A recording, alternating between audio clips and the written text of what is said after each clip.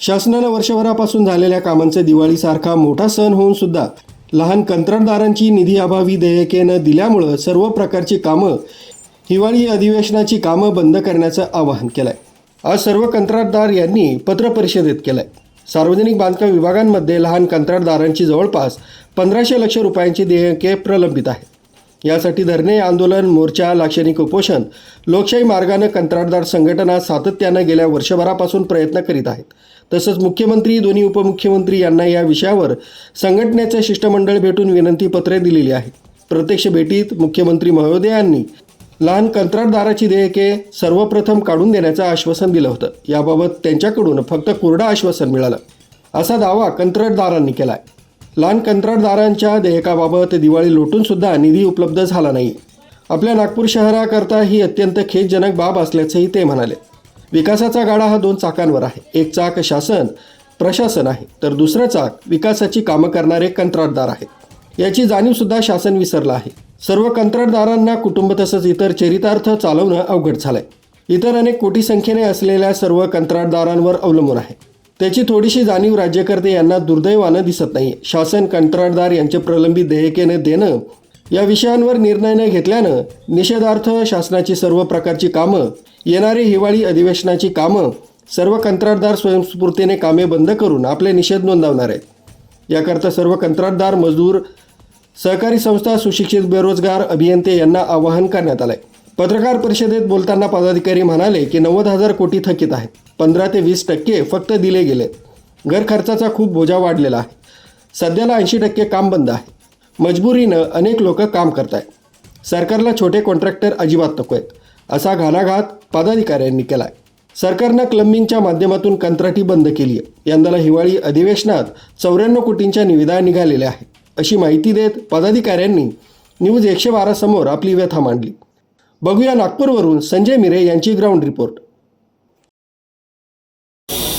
प्रेक्षकांना नमस्कार। यावेळेला 112 न्यूज टीम आज आलेली आहे नागपूरच्या प्रेस क्लबमध्ये, ज्या ठिकाणी बऱ्याच पत्रपरिषद या होत असतात। मात्र त्यातल्या त्यात आज सर्वाधिक आकर्षक ठरणारी जी पत्रपरिषद होती, जे रिपोर्टरचं जे म्हणणं होतं ते असं होतं की जे कंत्राटी कामगार आहेत, जे आपल्या महाराष्ट्र शासनाचं सर्व काम सांभाळतात, अनेक कंत्राट, अनेक संस्थांचे लोक या ठिकाणी मोठ्या प्रमाणावर आलेले आहेत। मात्र आज हे तीळ मरतात आहे। त्याला कारणही असंच आहे आणि यामुळेच यांनी यंदाला होणार जे दिवाळी अधिवेशन असेल त्याला बहिष्कृत करण्याचा प्रयत्न या ठिकाणी संस्थांच्या तमाम विविध आलेल्या पदाधिकाऱ्यांच्या माध्यमातून होत आहे। यांना न्याय कधी मिळेल या आशेने हे सर्वजण काम करतात आहे।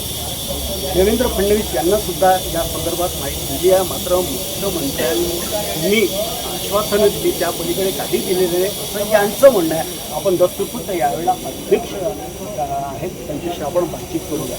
सर, मला हे सांगा की नेमक्या तुमच्या काय मागण्या आहेत आणि किती पैसे प्रलंबित आहे, किती वर्षापासून आहे आणि हे सर्व का करतात? मागच्या 1.5 ते 2 वर्षापासून कुठे भेटली आधी ची पत्र परिषद आयोजित करण्याचं मागचं एकच कारण आहे की मागच्या 2-3 वर्षापासनं जे काही हिवाळी अधिवेशनाचे पेमेंट गव्हर्नमेंटकडे थांबलेले आहेत, सुमारे 120 ते 150 कोटी रुपयाचे देयके हे सर्व लहान कॉन्ट्रॅक्टर्सचे गव्हर्नमेंटकडे थांबलेले आहे आणि वारंवार आश्वासन मिळूनसुद्धा आम्हाला हे पैसे मिळाले नाही आहे।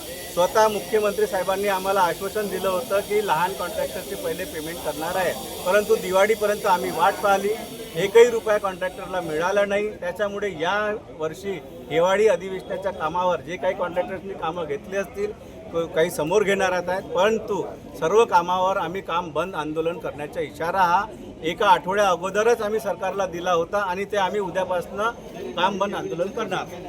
सर, तुम्ही पत्रपरिषदेमध्ये असंही बोललात की आपण जे हिवाळी अधिवेशन जे होणार आहे ते सुद्धा त्यामध्ये सुद्धा तुम्ही काही काम करणार नाही। आता याचा किती मोठा फटका म्हणता येईल हा शासनाला पडणार आहे?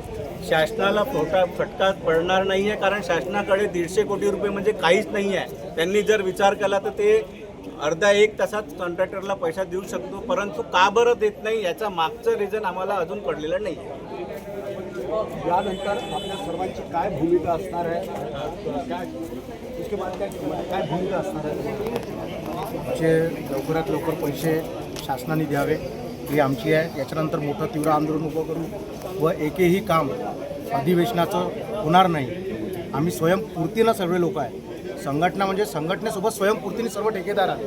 जे अधिवेशनाचे 150-200 लोक काम करत आहेत. मजूर सहकारी संस्था आहे, त्यात मजूर आहे. एकेका संस्थेमध्ये 50-50 मजूर आहे. सुशिक्षित बेरोजगार अभियंता आहे. आम्ही सर्वजण काम बंद करू व रवी भवन हैदराबाद हाऊस इथे आम्ही बसून राहू. आपल्या ठियामागे. सर टोटल किती संस्थान आहेत आणि किती कर्मचारी आहेत, एकूणच किती लोक प्रभावित झाले? नाही, याच्यामुळे 5 ते 6 हजार लोक आहे. आमच्याकडे स्टाफ आहे, आमच्या मागे मजूर वर्ग आहे, सगळ्या ह्या गोष्टी आहे. क्या कहना चाहोगे सर, काय सांगाल तुम्ही? काम बंद तीव्र निर्धार, पक्का. मुख्यमंत्र्यांना अविश्वास. अविश्वास काय म्हणू शकत आपण. मुख्यमंत्र्यांनी याचा तोडगा काढावा. नागपूरचे मुख्यमंत्री असल्यामुळे याच्यावर राज्याचे मुख्यमंत्री यांनी तोडगा काढावा आणि या लोकांना न्याय द्यावा अशी मागणी या ठिकाणी करण्यात आलेली आहे. आणि मुख्य सांगायचं झाल्यास या लोकांनी असं सुद्धा म्हटलेलं आहे की जर सरकारने आमच्या मागण्या जर मंजूर केल्या काही काळामध्ये आम्ही तीव्र आंदोलन करणार आहोत असं सुद्धा हे लोक बोलले आहेत. पण एक गोष्ट नक्की की भारताला स्वातंत्र्य मिळून 75-77 वर्षाचा कालावधी होतो आहे. मात्र भारतातले नागरिक आजही स्वातंत्र्यात आहे की पारतंत्र्यात याचा विचार त्यांनी करावा. नागपूरच्या प्रेस क्लबमधून संजय मिरे, 112 न्यूज. नमस्कार.